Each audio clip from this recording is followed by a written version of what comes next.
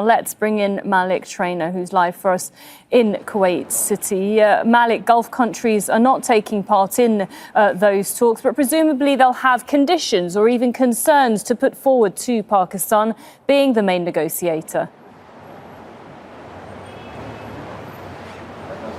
Yeah, that's right. I mean, they have some serious security concerns. We have to remember that the Gulf bared the brunt of these Iranian retaliation attacks. We heard yesterday from Majed Al Ansari. He's the Qatari spokesperson for the foreign ministry, where he said, they are closely talking to the mediators. They've been talking to the US, to the Pakistanis. They've welcomed, I think the Gulf has welcomed the Pakistani efforts to mediate these talks between the US and Iran. And they want to make sure that their concerns are on the negotiating table. Yesterday Al Ansari said, the Gulf is not just part of the solution.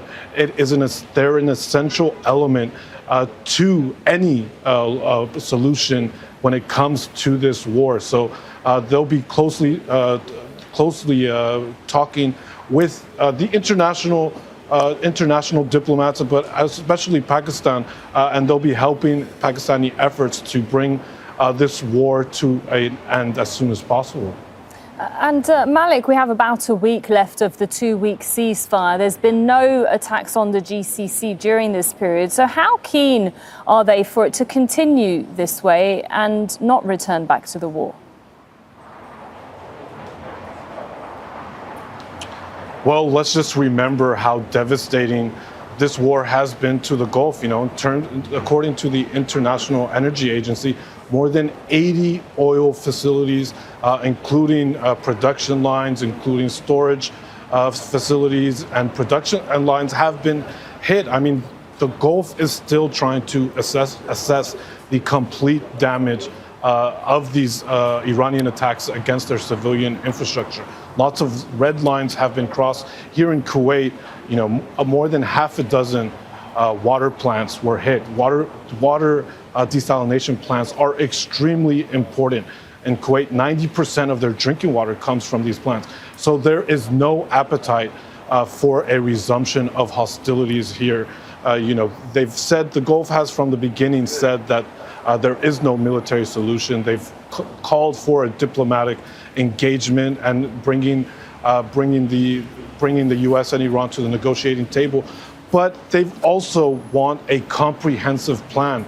Nobody wants to see a resumption happen within 6 months or a year or 2 years. And so I think, when here in the Gulf, there is a feeling that Israel may try to sabotage or derail any potential deals that can happen. So we saw really strongly worded condemnation against Israel's airstrikes in Lebanon. And we've also seen a lot of condemnation and the call for the Strait of Hormuz to open for free flows of energy. So when it comes to the Gulf's perspective, they want a comprehensive plan, a comprehensive deal that ensures everyone's security concerns. And Ansari yesterday saying that also includes Iran. So the perspective is an entire peace plan, a deal that brings their security concerns in the forefront and brings peace and stability to the entire region, Sarah. All right, thank you very much. That's the update there from Malik Trainer from Kuwait City.